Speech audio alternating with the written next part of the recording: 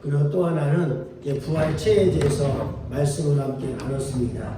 어떠한 몸으로 오느냐, 어떠한 영의 몸을 갖게 되느냐 하는 그런 말씀을 우리가 함께 나누었고요. 그리고 또 그런 부활 신앙을 가지고 있는 사람의 신앙을 우리가 보았습니다. 어떠한 부활 신앙을 가질 때 어떠한 부활체를 덧입게 되고, 예수님을 믿어도 부활이 웬 말이냐, 부활이라는 게 어떻게 있을 수가 있겠느냐, 말도 안 돼, 사람이 죽으면 끝나는 거지 라고 하고 부활에 대해서 무관심하게 신앙생활하는 사람들도 있을 것입니다. 그러나 분명하게 부활 믿음을 가지고 살게 되면 부활하게 되어져 있고, 부활 신앙을 갖지 않고 살게 되면 부활은 내게 일어나지 않게 되고, 우리가 그 부활을 믿음으로 취하고 또 어떠한 몸으로 올 것인지 그런 기대감을 가지고 신앙생활을 할 것을 말씀을 나눴습니다. 그리고 부활체는 분명하게 우리가 있게 되고, 또 그런 부활체가 정해져 있지는 않다. 누구는 영광스러운 부활체로, 누구는 부끄러움의 부활체로 정해져 있지 않고, 나중된 자가 먼저 될 수도 있고 먼저 된 자가 나중될 수도 있다. 그러니까 그 명분을 우리가 가지고 살자. 큰아들이라고 해서 더 좋은 부활체를 갖는 것도 아니고, 먼저 믿었다고 해서 더 좋은 부활체를 갖는 것도 아니고, 내가 비록 뒤늦게 예수님을 알고 믿었다 할지라도, 큰아들이 되지 못했다 할지라도 나는 먼저 될 수도 있는 것이고, 그래서 우리 모두에게는 명분이 주어져 있으니까 그 명분에 따라 우리가 신앙생활을 해서 그 더 좋은 부활체를 가질 수 있는 그런 믿음을 갖자라는 말씀을 드렸습니다. 요셉의 경우도 11번째 아들로 태어났지만 장자의 명분을 가지고 살았더니 그 장자의 축복을 받게 되어지게 되더라는 겁니다. 르벤이 장자였지만 그러나 또 믿음을 갖고 살지 못해서 그런 장자의 수복을 받지 못했습니다.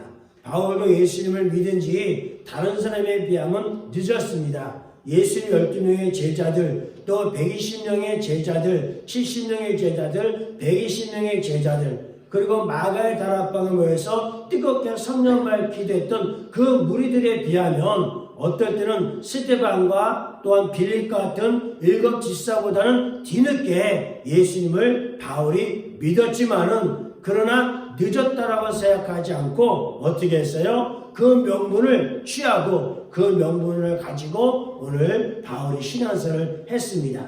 난 늦었어. 예수님 믿은 지 얼마 안 되니까 내가 뭘 할 수가 있겠어. 나 같은 것이 라고 생각을 하지 않고, 늦었다라고 깨달았을 때, 지금부터라고 깨달았을 때에 오늘 어떻게 했어요? 요셉처럼 양식을 나누는 주가 되어졌고, 사람들의 생명을 건져주는 그런 사람으로서의 삶을 살았습니다.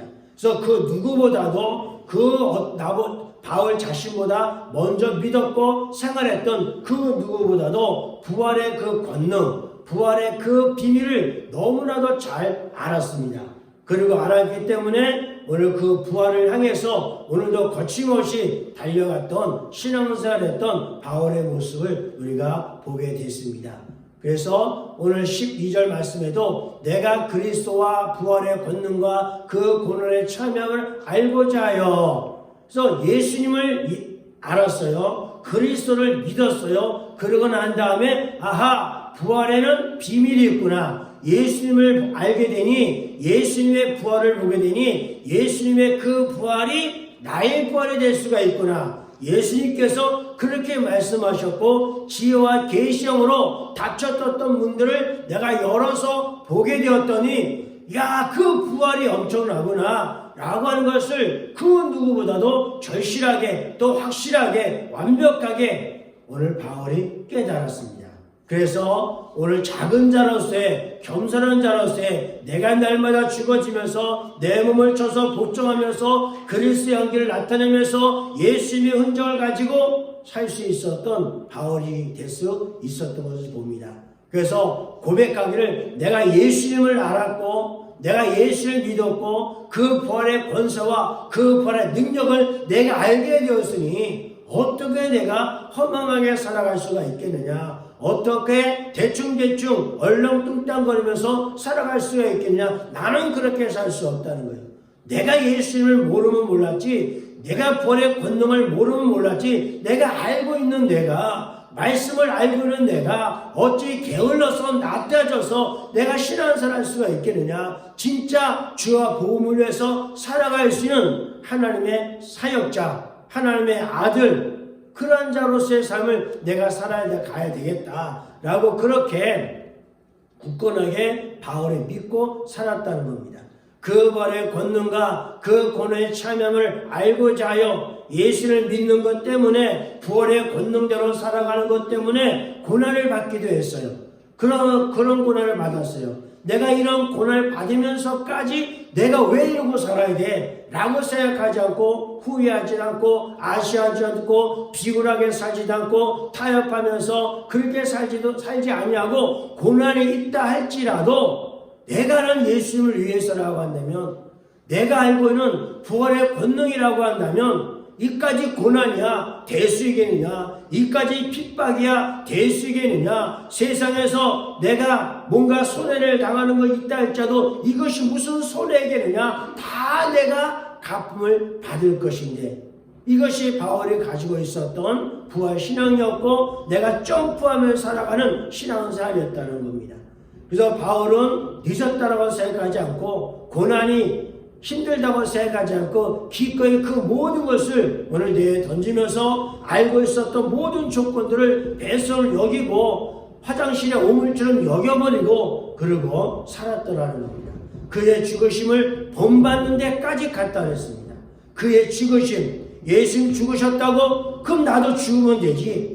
그럼 예수님이 죽었으면 끝나는가? 예수님이 부활했잖아. 그럼 나도 죽어서 부활하면 되는 거지 뭔가 좀 세상 말로 깡을 가지고 사는 거예요. 깡다구를 부리면서 사는 거예요. 아주 어떨 때 뻔뻔거리면서 그러고 살았던 거예요. 까짓거 한 번 죽을 모습, 이래서 죽으나 저래서 죽으나 매 한 가지인 거, 이왕 죽을 거 세상의 허망한 가운데서 죄악 가운데서 죽지 않냐고 내가 믿음과 부활의 권능 속에서 죽고 어차피 이래 죽으나 저래 마찬가지인 거, 내가 훗날을 도모하기 위해서, 내가 하나님의 나라를 도모하기 위해서, 더 큰 주님의 축복을 도모하기 위해서 이왕 죽을 거, 죄악 중에서 죽을 것이 아니라 나는 이제는 믿음 가운데서 주님의 부활의 권능 가운데서 주는 것이 더 낫다 여기고, 그렇게 그의 죽으심을 본받아 어떻게 하든지 어떻게 해서든지 그 죽은 자들 가운데서 나도 부활의 권능을 잊기를 원하고, 아브라함과 이삭과 야곱처럼, 요셉처럼, 오늘 베드로처럼 나보다 믿었던 신앙의 선배들처럼 나도 그렇게 살아야 되겠다 하면서 어쩌면 더 앞다투어서 믿음의 경주를 하면서 더 앞다투어서 갔던 바울의 모습을 우리가 보게 되더라는 겁니다. 그러니까 우리들도 늦었다, 예수 믿은 지 얼마 됐다, 나 같은 것이 어떻게, 그것이 아니라 점프 믿음을, 점프 인생을 살아가고 대역전극을 연출할 수 있는 드라마나 영화에 보면 뒤처졌던 사람이, 억울했던 사람이, 정말 낮고 천하게 있었던 사람이 역전했을 때 그 통쾌함 아시잖아요. 이게 400m 계주가 참 재밌는 게 뭐냐면 마시고 열심히 취해서 막 달려갑니다. 먼저 앞서가는 사람이 있고 뒤처진 사람이 있고, 그러다가 또 막 그 사람을 역전해서 막 뒤쳐져 앞서가는 사람 역전하면 우와 환호성을 지면서 내 선수가 그렇게 뛰는 걸 보면 얼마나 통쾌해요. 그래 또 상대방 팀이 또 열심히 해야지, 또 앞서가네, 야 뒤쳐졌네, 그래서 또 열심히 어떤 선수 열심히 해서 그 사람을 추월해가지고 막 뛰면 와 또 얼마나 그 통쾌함이 있냐고요. 그런 통쾌함을, 대역전극을 여러분 연출할 수 있게 되길 바랍니다. 어떨 때는 내가 뒤쳐져 있는 것 같아요. 그러나 가다 보면 앞서는 거예요. 앞서서 가다가 또 무슨 일에서 무엇이 교만한 것 때문에 나태한 것 때문에 또 누군가에게 추월될 수가 있을 수 있지만 또 정신 차리고 또 내가 앞서갈 수 있는 오늘 그러한 고난의 삶을 그런 믿음의 삶을 오늘 사도 바울이 살았더라는 거예요. 오늘 저와 여러분들도 이 세상을 살아가면서 뒤처질 수도 있고 앞설 수도 있고 그러나 부름의 상을 향해서 어찌하든지 간에 부활의 권능에 이르고자 함이라. 내가 이미 얻었다함도 아니요 내가 온전히 이뤘다함도 아니요 그것이 아니라 오직 내가 그리스도 예수를 잡힐 바 될 것을 잡으려고 내가 쫓아가노라. 부자와 나사로의 비유를 아시죠? 예수님께서 말씀하셨잖아요. 오늘 부자는 호화로이 살아갑니다. 좋은 옷을 수 있고 좋은 음식을 먹으면서 배 불룩 나와가지고 떵떵거리며 살아갑니다. 근데 나사로는 먹을 것이 없어요. 그래서 이렇게 남의 집 대문 앞에서 누가 던져주면 먹고 그랬어요. 그런데 오늘 나사로가 믿음을 가졌고 부자는 그렇지 못했고 그러다 둘 다 죽었는데 나사로는 아브라함 편에 들어가고 부자는 지옥에 들어가고 이를 갈고 정말 물 한 방울을 찍어주세요. 그랬던 이야기 아시잖아요. 오늘 나사로의 거지 나사로의 그 내 역전극을 오늘 우리들도 오늘 펼칠 수 있다는 겁니다. 나는 가진 것이 없어요. 저 부자처럼 좋은 집도 없어요. 좋은 옷도 입지 못하고 있어요. 오늘 저는 이게 변변치 못해요. 그러나 믿음으로 오늘 가게 됐을 때 어느 순간인가 똑같이 부자도 죽고 나사로도 죽지만 그러나 그 순간에 대역전이 벌어지게 되더라는 거예요.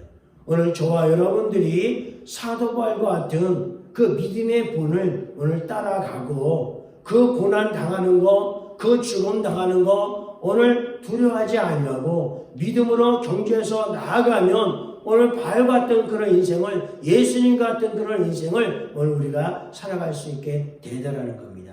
히브리서 11장 1절에 구약의 조상들의 삶을 이야기를 하고 있어요. 그들의 삶이 남의 얘기가 아니라 우리의 얘기가 되어지고 히브리서 11장에 믿음으로 아브라함은 믿음으로 요셉과 모세는 쭉쭉쭉 기도원과 바락과 그래 쭉 이야기하면서 톱을 켜기도 하고 고문을 당하기도 하고 뭐 돌에 맞기도 하고 여러 가지 그런 일들이 당했지만 오히려 그런 사람이 세상에서 약하고 비천하고 부족한 것 같지만 오히려 세상 사람들이 감당하지 못하겠다 이렇게 말하고 있잖아요. 저 고난당하고 왜 저러고 살아? 저나 핍박당하는데 왜 저러고 살아? 왜 저러고 살아? 왜 저러고 살아? 그냥 남들 사는 것처럼 그런 걸 살아가지고 왜 저렇게 불쌍하게 그런 걸 살아? 그러나 말은 그들이 그렇게 하지만 그들이 우리를 감당할 수 없는 거예요. 세상 사람이 감당할 수 없다. 세상 사람이 감당할 수가 없다. 정말로 그러한 삶이 오늘 저 안에 삶이 될 수 있기를 주님의 축복합니다. 그래서 오늘 생각해 보자는 것이 예수님에 대해 생각해 보자고요. 정말 부활에 대해서 말씀을 듣고 있고 부활체에 대해서 말씀을 듣고 있고 그런데 그 부활이라고 하는 그 부활체라고 하는 그 신뢰를 그 본을 우리가 한번 보자고요. 그런데 그 본을 볼 수 있는 가장 정확한 것이 바로 예수님이에요. 예수님이 어떠한 삶을 살았고 어떠한 죽음을 당했고 어떤 부활을 당했는가 우리가 한번 그것을 살펴보면서 그래 나도 예수님처럼 바울이 그랬던 것처럼 그런 믿음을 가져보자. 그래서 예수님이 어떻게 오시고 어떻게 사셨고 어떤 본을 만지셨고 어떤 부활하셨고 어떤 선을 하셨는가 그것을 우리가 한번 알지만 명확하게 한번 그 예수님의 육신적인 그런 삶을 들여다보면서 예수님도 육신적인 삶을 살았던 것처럼 나도 육신적인 삶을 살아가는데 다를 바가 없더라는 거예요. 예수님의 삶이나 예수님이 세상에 오셔서 살아가는 삶이나 내가 살아가는 삶이나 다를 바가 없대. 다 똑같은 조건, 똑같은 여건, 똑같은 환경 가운데서 살아갔더라고요. 그런데 예수님은 어떻게 승리를 하게 됐는지, 어떻게 구원이라는 놀라운 역사를 어떻게 사람의 삶에 건지를 행하시면서 마침내 하늘 고지에 앉게 되어졌는지 우리가 그걸 보면서 그래 나도 예수님처럼 복음을 전하고 양식을 나눠준 자가 되고 건져낼 수 있는 그런 삶을 살면서 주님이 차지했던 하나님의 그 보좌를 우리도 올라가서 앉을 수 있는 내 보좌에 앉게 할 주리라 하셨으니까, 그래서 예수님에 대한 그 말씀을 우리 하나하나 오늘 보도록 합시다. 저는 먼저 예수 육신의 탄생입니다. 누가 1장 31절에 보니까 보라 내가 어떻게 했어요? 잉태의 아들을 낳으리니 그 이름을 예수라. 자, 예수라고 하는 사람이 있습니다. 그 예수라는 사람 우리가 아는 대로 구세주 그리스도십니다. 근데 그분이 어떻게 하셨어요? 잉태하셨어요. 어디에? 마리아의 뱃속에 처녀의 몸에 동정녀의 몸에 처녀 동정녀란 말은 남들 알지 못하는 거잖아요. 남들 알지 못하는 마리아에게서 예수님이 태어나셨어요. 잉태하셨어요. 여러분도 잉태돼서 왔죠?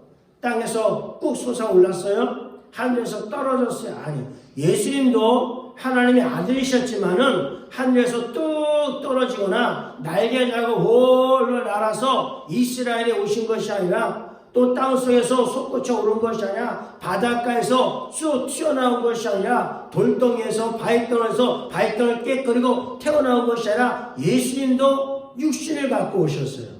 마리아를 통해서 육신을 갖고 오셨어요. 여러분들도 그렇게 오셨죠?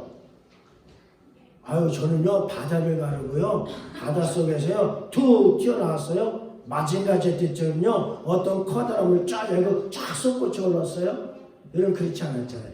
여러분들도 잉태되어져서 세상 가운데서, 육신 가운데서 여러분이 오셨습니다.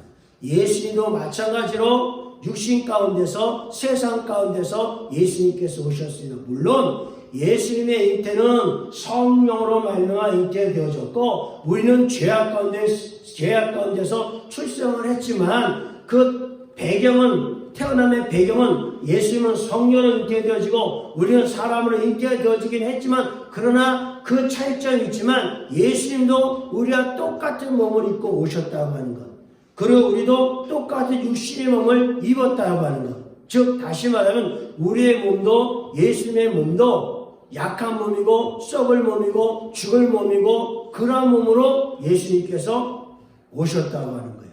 그래서 분명히 예수님은 어떤 무슨 알을 깨고 오신 신화적인 존재로 오시지 않았습니다. 그래서 이별나고 특별하게 그렇게 뭔가를 하실 수가 있었던 것이 아니었다는 거예요.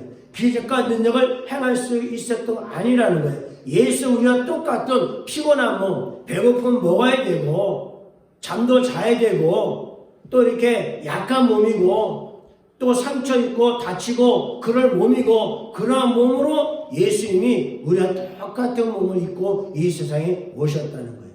누가 2장 11절에 올라 다윗 동네에 너희를 위해 구주가 나셨다 그랬지, 튀어나왔다, 어디서 솟구쳐 나왔다, 어디서 뚝 떨어졌다, 뭐를 깨고 나왔다, 그렇게 말씀하지 않으셨어요. 예수님도 하나님의 아들이신 그분이 우리와 똑같이 어떻게 육신의 몸을 입고 잉태되어져서 여자의 몸에서 똑같이 태어났고 똑같이 나셨다는 분이에요. 예수님도 우리와 같은 육신을 가지고 계셨다는 거예요. 그리고 누가복음 2장 52절에 보면 예수님은 우리가 자라가면서 지혜가 자라가고 지식을 알아가게 되고 배움을 갖게 되고 마음에 또 생각에 성숙을 가졌고 또 그 몸이 점점점 자라고 키가 자라가는 것처럼 예수님께서 그렇게 사셨습니다. 우리들도 그렇잖아요. 배우고 알고 자라가고 먹고 마시고 그래서 몸이 커져가게 되고 뭐 이렇게 우리도 자란 것처럼 예수님께서도 우리와 똑같은 방법으로 오셔서 똑같은 방법으로 살아가셨어요. 예수님은 어쩜 우리보다도 더 못한 환경에서 자란지 모르겠어요. 목수의 아들로 자랐어요. 그죠? 어떻게 보면 남들처럼 부자, 왕궁에서 좋은 집 가운데서 자라지 못해 그냥 평범한 평민으로 모세 아들로 자라셨어요. 어쩜 여러분들은 예수님보다 더 좋은 환경, 더 많은 물질을 가지고는 부모 밑에서, 더 좋은 집을 가지고는 부모님 밑에서, 어떤 놀라운 백을 갖고는 부모님 밑에서 여러분들이 자란지도 모르겠어요. 예수님보다 더 좋은 재정적으로나 이런 부분에 있어서 더 좋은 환경 가운데서 자라간지 모르겠어요. 예수님은 그렇게 뛰어난 가정에서, 그렇게 부자의 가정에서, 그렇게 왕궁에서 태어나지 아니하시고 평범한 목수의 가정에 태어나서 그 가정에서 물어물어 그 지혜와 그 기가 자라갔어요. 우리도 마찬가지예요. 하나님과 사람에게 더욱 사랑스러워 가시더라. 우리도 똑같이요. 우리도 예수도 하나님의 사람으로 또 부모님의 자식으로 사랑을 받으면서 우리가 물어물어 자라가고 있어요. 예수님도 그렇게 자라갔다는 거예요. 육신의 몸을 입고 오셨지만 뭔가 특별한 뭐가 있어서, 특별한 어떤 조건에 있어서, 어떤 특별한 어떤 환경 가운데서 자란 것이 아니라 우리처럼 똑같이 먹고 마시고 싸시기도 하시고 주무시고 하시고 사람도 만나시고 학교에 가서 공부하기도 하시고 우리가 똑같이 평범하게 예수님께서도 그렇게 사셨어요. 어린 시절. 자, 그리고 누가복음 4장에 보면 예수님께서 우리와 똑같은 시험을 받으셨어요. 우리와 똑같은 고통을 받으셨어요. 누가복음 4장에는 예수님께서 40일 동안 광야에 가서 금식기도 하시는 이야기 나오죠.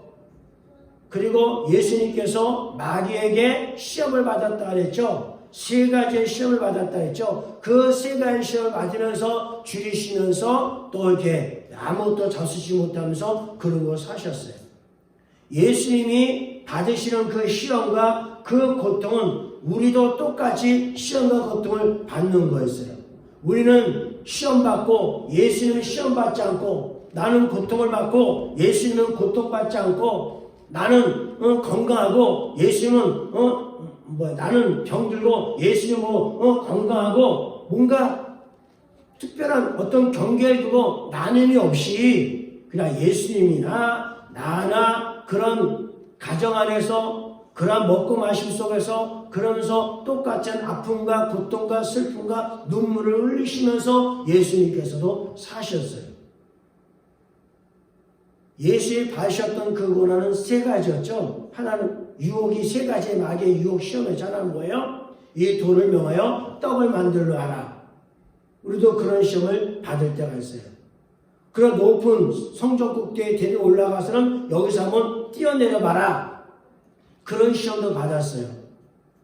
그리고 사탄이 마귀가 너 나한테 절하면 이 천하만국을 다 너에게 줄게 하는 그런 유혹도 받으셨어요. 이런 유혹들이 우리도 받는 유혹이잖아요. 내가 이렇게 하면 나에게 한번 꾹뻑 무릎 꿇고 절하면 내가 뭘 주겠고 뭐 이러는 거. 그럼 내가 너한테 먹은 걸 줄 테니까 이렇게 이것을 요한 1서에서는 뭐라고 말씀하고 있냐면 육신의 정욕과 안목의 정욕과 이생의 자랑이니 이렇게 말씀하고 있어요. 이 세 가지의 그런 유혹을 예수님이 받으셨던 것처럼 우리도 이런 유혹을 받았어요. 이런 유혹을 받으면서 우리가 살아가고 있어요. 우리는 이런 유혹을 받지만 예수님은 이런 유혹을 받지 않을 거야. 육신의 정욕이 뭐예요? 육신의 정욕은 먹는 거, 옷 입는 거, 또 갖게 되는 거, 보석, 보물들을 취하는 거, 뭐 이런 것들이잖아요. 내 생애에 정말 모든 것을 취하고자 하는 그런 욕심을 육신의 정욕이라고 말하잖아요. 안목의 정욕은 뭐예요? 안목의 정욕은 내가 다른 사람들 앞에 높여지고 싶은 거, 다른 사람 앞에 인정받고 칭찬받고 싶어하는 그런 어떤 그런 욕망들, 그런 내가 좋아하는 것들, 감정적으로, 육신적으로 내가 좋아하는 것들을 쫓아가는 거, 그것을 다른 때에 따라서는 우상 숭배하는 것이기도 하고 종교적인 시험이기도 하고, 우리 단체에 더 진리가 있고 더 뭐가 있고 그런 유혹도 받게 되고, 어떨 때 남자는 여자의 유혹을 받기도 하고 여자는 남자의 유혹을 받기도 하고 남자 여자는 똑같이 재물의 어떤 그런 유혹을 받기도 하고 또 이생의 자랑, 명예욕이죠. 높아지려고 하는 것, 최고가 되려고 하는 것, 가장 높은 데에 앉아서 사람들을 그냥 막 다스리고 막 해가면서 그냥 막 징치하고 막 이래가면서 뭔가 군림하려고 하는, 다른 사람 위에 군림하려는 그런 욕구들, 그런 것들이 세상 모든 사람들 저를 갖는 그런 유혹들, 그런 욕심들, 그런 마음들이에요. 예수님도 그런 유혹을 받으셨어요. 그 유혹을 그런 우리에 당하는 그런 고통과 그런 아픔을 예수님도 똑같이 받으셨다는 거예요. 그리고 또 하나는 예수님께서 육신의 몸을 입고 계시면서 놀라운 사역들을 감당하셨어요. 어떤 신비로운 존재로 뭐 그렇게 오셔가지고 뭐 기적을 행하고 사람을 살리고 병자를 고치고 그렇게 하지 않으셨어요. 그분은 어떻게 육신의 몸을 입고 오셔서 우리와 똑같은 몸을 입고 오셔서 예수님께서 하셨어요. 기름 부음을 받으셨어요. 성령의 임하심을 받으셨어요. 그리고 포로된 자를 자유케 하고 눈먼 자를 보게 하고 그리고 쩔뚝발에 걷게 하고 그러고 주님의 은혜에 하나님의 나라의 그 은혜가 이제 곧 도래했다라고 선포한 일을 예수님께서 육신의 몸을 갖고 하셨어요. 자, 그렇다고 한다면 우리도 똑같이 육신의 몸을 입고 예수님처럼 왔어요. 또 우리는 예수님처럼 똑같은 여건 속에서 지혜와 키가 자라났어요. 그리고 우리는 또 똑같이 시험과 고난을 예수님께서 받으셨어요. 우리도 그러며 살고 있잖아요. 예수님이 갖고 계신 그 믿음으로 우리도 예수님이 갖고 계신 그 믿음으로 살아가고 있어요. 예수님이 하나님의 믿음을 가지셨고 육신의 몸을 입고 우리도 육신의 몸을 입고 하나님의 믿음을 갖고 살고 있어요. 그래서 예수님이 그렇게 가셨던 것은 우리도 그런 여정을 갖고 살아가고 있어요. 육신의 몸을 입고 우리도 각종 사역들을 치유출사 연애 사역들을 우리도 하고 있더라는 거예요. 그리고 마태 27장 50절 말씀처럼 마침내 예수님께서도 죽으셨어요. 그리고 우리도 죽을 거예요. 예수님의 영혼이 떠나가셨어요. 십자가에서 고난받으시고 내 영혼을 아버지 손에 부탁합니다. 그리고 숨을 거두셨어요. 우리들도 그렇게 죽을 거잖아요. 내 영혼을 아버지 손에 부탁합니다. 그리고 여러분들도 십자가가 됐던 여러분의 안방이 됐던 병원이 됐던 어느 곳이든지 간에 여러분들도 그리고 떠날 거잖아요. 그죠? 그리고 떠납시다. 그리고 떠나자고. 그리고 예수님이 죽으셨을 때 시체를 가져다가 이젠 장사까지 했어요. 예수님의 그 죽음을 목격했던 사람들이 있었어요. 그 예수님이 돌무덤에 장사가 되어지는 목격자도 있었어요. 어떤 사람은 예수님은 죽지 않아서 잠깐 기절했을 뿐이야 그런 소문내는 사람은 물론 있긴 있었어요. 그러나 분명히 예수님 죽으셨어요. 우리도 죽을 거예요. 그렇게 죽으신 예수님께서 마침내 어떻게 했어요? 다시 살아나셨어요. 마태오 26장에 있는 말씀처럼 살아나셨느니라. 살아났다는 얘기는 죽었었다는 얘기예요. 죽었었기 때문에 살아난 거예요. 그리고 죽었으니까 살아날 수가 있었던 거예요. 이것이 우리가 알고 있는 성경의 말씀이잖아요. 여러분들도 다시 살아날 거예요. 그러려면 여러분들도 죽어야 돼요. 누구처럼? 예수님처럼 여러분도 죽어야 돼요. 그 죽음은 누구이든지 간에 육신의 뭐 입고 있는 사람, 입고 있는 모든 사람은 다 죽게 되어져 있어요. 난 안 죽을래 그래도 죽게 되어져 있는 거예요. 그러나 다시 살아날 거예요. 그런 예수님의 태어남과 예수님의 죽음과 예수의 부활의 그 과정들이 예수님이나 우리나 또 같은 거예요. 예수님이 가지고 있는 믿음이나 우리가 가지고 있는 믿음이나 뭐예요? 다 똑같은 거예요. 다르지 않아요. 예수님이 가져온 그 믿음은 더 크고 우리들이 가지고 있는 또 조그맣고 그렇지 않아요. 예수님도 하나님의 아들이었다고 한다면 우리도 하나님의 아들이에요. 바울도 마찬가지였고 요셉도 마찬가지였고 그 믿음을 가지고 그들이 살아갔어요. 그렇다고 한다면 우리도 예수님과 같은 부활을 가질 수 있다는 거예요. 예수 같은 삶을 살 수 있다는 거예요. 문제는 예수님이 우리가 똑같이 아픔과 고난과 슬픔과 고통과 먹고 마신과 화장실 가신과 피곤하면 주무신과 이런 것이 우리가 똑같았지만 그래 예수님 그 모든 것을 믿음으로 어떤 일을 하든지 간에 뭘 하든지 간에 어떤 생각을 하든지 간에 어떤 걸 품든지 간에 오직 하나님 말씀대 그 믿음으로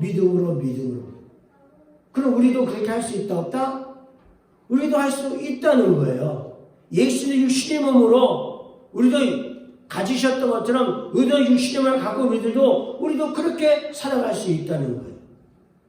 예수님의 오심이나 예수님의 부활은 우리와 다른 동떨어져 있는 아주 먼 나라 얘기가 아니라 바로 우리에게도 일어날 수 있는 일들이고 그 예수님 사셨던 그런 삶을 충분히 살 수 있다는 거예요.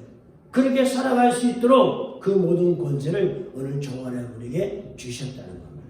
그 예수님은 사도행전에 보면 마침내 승천하셨어요. 이 말씀을 마치시고 그들이 보는데 올려져 가시니 구름이 그를 가려 더 이상 보이지 않게 되더라. 주님이 승천했던 것처럼 오늘 저와 여러분들도 하나님의 그 나라로 승천할 수가 있습니다. 예수님만 그 승천하는 게 아니에요. 우리도 승천할 수 있어요. 예수님만 하나님의 나라에 들어갈 수가 있는 것이 아니에요. 우리도 하나님의 나라에 들어갈 수 있어요. 예수님은 그 모든 것을 우리에게 친히 보여주신 거예요.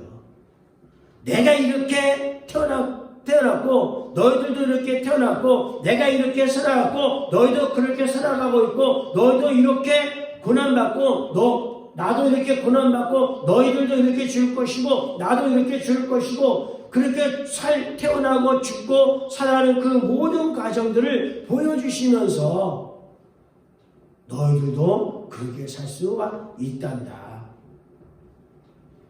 너희들만 그런 삶을 산 것이 아니라 나도 너희들처럼 아픔과 고통과 연약함 속에서 나도 살아갔다. 똑같은 조건과 환경 가운데서 태어났고 살아갔고 내가 죽고 부활을 했고 그래서 자신의 모든 삶을 통해서 우리에게 보여주신 거예요. 그걸 낱낱이 성경에 기록해서 우리에게 알려주고 계시는 거예요. 부활의 그 비밀들을 부활체의 그 놀라운 그 권능들을 우리에게 보여주시고 알려주시면서 너희들도 그렇게 살아갈 수 있다라고 말씀을. 어떻게 우리가 감히 예수님처럼 살 수가 있겠느냐? 아니요. 나를 믿는 자는 나의 하는 일도 저도 할 수 있을 것이요. 내게 임했던 성령님이 내게 임했던 기름 부으심이 너희들과 똑같이 임한 성령이고 너희가 똑같이 부음받는 기름 부음이고 내가 그 시험과 고통을 오직 말씀으로 이겨낼 수 있었던 것처럼 너희들도 말씀과 믿음으로 너희들도 이겨낼 수가 있고 이겨내라고 그 모든 삶을 우리에게 있는 그대로 다 보여주셨어요. 그렇게 살다가 너희들도 승천하게 될 것이다. 너희들도 승천할 것이다. 500의 형제들이 모여있는 가운데 승천하셨던 것처럼 여러분의 가족과 일가 친척들, 친구들이 모여있는 가운데 여러분이 승천할 수 있는지도 모르겠어요. 그리고 그분은 다시 오시겠다고 말씀하셨어요. 내가 승천하여 하나님의 나라로 올라간 것 같이 내가 다시 너에게로 그대로 오리라. 내가 본 그대로 너에게 오리라. 왜 다시 오신다는 거예요? 너희들이 나처럼 살아갔는지를 내가 보기 위해서 오겠다는 거예요. 그리고 내가 지금 부활체를 던지고 하나님의 보좌 우편에 앉아 있는데 내가 너희들 가운데 와가지고 너희들을 내가 이끌고 올라가서 내 보좌에 앉게 주겠고 24장로의 자리에 앉게 하여 줄 것이고 그렇게 말씀을 하시더라고요. 그러니까 우리가 너무 힘들어, 너무 어려워요. 그럴 수 있어요. 그런데 바울을 보니까 할 수 있더라고요. 바울이나 우리나 뭐 다를 게 뭐 있어요. 그냥 옛날 사람이고 우리 현대인이니까 옛날보다 현대가 더 뭐 과학적으로 우학적으로 더 좋은 조건에 살고 있잖아요. 바울은 시듯이 이것이 예수님이다 아이고 하면서 막 요구도 먹고 막 맞기도 하고 뭐 이런 무시당하던 시대에 바울이 살아. 우리는 그런 시대는 아니잖아요. 예수님 믿는다고 해서 뭐 이렇게 뭐 그런 거 없잖아요. 물론 앞으로는 또 어떤 일이 펼칠지 모르겠어요. 마지막 때는 어떤 일이 펼칠지 모르겠지만 지금부터 우리는 좋은 조건 가운데 누가 뭘 하든 편안하게 주님 예배하고 찬양하고 기도하고 신앙생활 훈련하고 또 예수님이 하셨던 그런 사역들을 우리가 감당하면서 살 수 있는 얼마나 좋은 조건이 있어요. 근데 문제는 뭐예요? 사탄의 전략은 뭐예요? 우리 자꾸 게으르게 하고 나타내게. 어쨌거나 옛날처럼 그렇게 어렵게 우리를 막 누르고 있는지는 않아요. 얼마든지 좋은 조건에서 예배할 수가 있는 그런 좋은 상황에 살고 있거든요. 그런 가운데서 우리가 살다가 예수님이 재림하셨을 때, 다시 이 땅에 오셨을 때 그분의 보좌를 우리에게 주신다고 하는데, 자기의 나라를 다스릴 수 있게 해주신다고 하는데, 오늘 예수님의 이런 잉태되어서 태어나고 꼭 고난받고 죽고 부활하기까지 그 모든 것을 보아도 예수님 우리가 똑같은 조건 속에서 사셨다니까요. 똑같은 그런 삶을 사셨다니까요. 우리도 그렇고. 그래서 예수님 분명히 우리보다 더 뭐 이렇게 뭐 새롭게 뭐 특별하게 이렇게 이 땅에 오셔서 뭔가를 하신 것이 아니라, 물론 예수님이 그러셨던 것처럼 우리도 그렇게 우리가 될 수 있음을 보게 됩니다. 예수님의 부활하신 몸에 영의 몸, 신령한 몸이 어떠했는가 하면 성경을 통해서 조금이나마 알 수가 있는데, 누가복음 24장 13절부터 35절에 보게 되면 엠마오로 가는 두 명의 제자가 합니다. 하나는 글로바라고 하는데 두 명의 제자가 있습니다. 이들이 이제 돌아가는 거예요. 슬픔을 띠고 돌아가는 거예요. 예수님이 죽으셨어요. 그리고 예수님을 장사했어요. 그리고 그거에 대한 실망한 마음을 품고 이들이 돌아가는 거예요. 예수님이 죽으셨어, 예수님이 죽으셨어 이러면서 두 사람이 실망한 마음을 두고 가는 거예요. 그럴 때 예수님께서 그들에게 나타나셨죠. 어떻게 나타나셨어요? 부활하신 몸으로 신랑한 몸을 입고 예수님 나타나셨어요. 여러분, 왜 그러고 어딜 가십니까? 왜 그렇게 힘이 없습니까? 왜 그렇게 절망하고 계십니까? 그래서 예수님 오셨어요. 그랬더니 아유, 당신은 들어보지도 못했느냐고. 아유, 예루살렘에 일어난 그 일을 들어 못했냐고. 예수는 뭐 이렇게 해서 죽으셨고 이렇게 해서 장사되어지고 하면서 얘기를 했어요. 그랬더니 그 부활하신 예수님이 성경을 딱 펼쳐들고 하나하나 그들에게 가르쳐 줬어요. 그래 가르쳐요. 그런데도 이 사람들이 깨닫지를 못하는 거예요. 그래서 예수님이 생선을 가져다가 이렇게 구워가지고 그 생선을 가지고 같이 식사를 했어요. 식사를 했어요. 그래까지 하는데도 이 사람들의 눈이 멀어가지고 보지 못하는 거예요. 그들이 눈이 가려져 그인지를 알지 못하죠. 참 그렇죠. 신앙생활하다 보면 뭔가에 가려지면 예수님이 보이잖아. 뭔가 가려지게 되면 믿음도 보이잖아. 이것이 가려지게 되면 말씀도 알고 있는 말씀도 생각나지 않아. 이것이 가려지고 있으면 내가 어떻게 영적으로 처신할지를 잃어버려. 그죠? 이 두 명의 제자도 예수님이 부활하셨음에도 불구하고 부활한 것을 깨닫지 못하고 부활하신 예수님을 눈앞에서 목격해 놓고도 이것이 실망과 절망 가운데 가려져 있다 보니까 부활하신 예수님을 못 보는 거예요. 그렇다고 예수님이 부활하지 않은 거예요? 그렇다고 예수님이 다시 사신 거 아니에요? 우리의 눈이 가려졌어도 예수님은 살아계신 거예요. 내 눈이 가려져 있어도, 내 마음이 가려져 있어도, 수건으로 내 온몸을 감싸고 있어도 예수님은 분명 부활하셨어요. 부활하신 그 몸으로 지금 우리와 함께하고 계시는 거예요. 근데 문제는 살다가 기분 좋을 때는 예수님 막 보여. 기쁘고 감사할 때 예수님 막 보여. 그냥 살아가면서 뭔가 부대끼고 뭔가 분내고 뭔가 절망스럽고 슬픔에 빠지게 되면 예수님이 보시나요? 그걸 한다는 거예요. 예수님이 도대체 어디 계신 거야? 내가 이러고 있을 때 예수님은 왜 안 보이는 거야? 아니 자기가 자기 눈을 가려놓고는 어떻게 보여요? 가려지는 것을 벗어야 예수님이 부활하신 예수님이 보이지, 나와 함께 동행하시는 예수님이 보이는 거지. 그 나와 동행 예수님을 안 보인다고 가렸으니 안 보이지. 그러니까 가려져 있다 보니까, 분내다 보니까 그 분이 더해지고 그렇게 되더라는 거예요. 그런데 그들이 예수님과 함께 식사를 하시잖아요.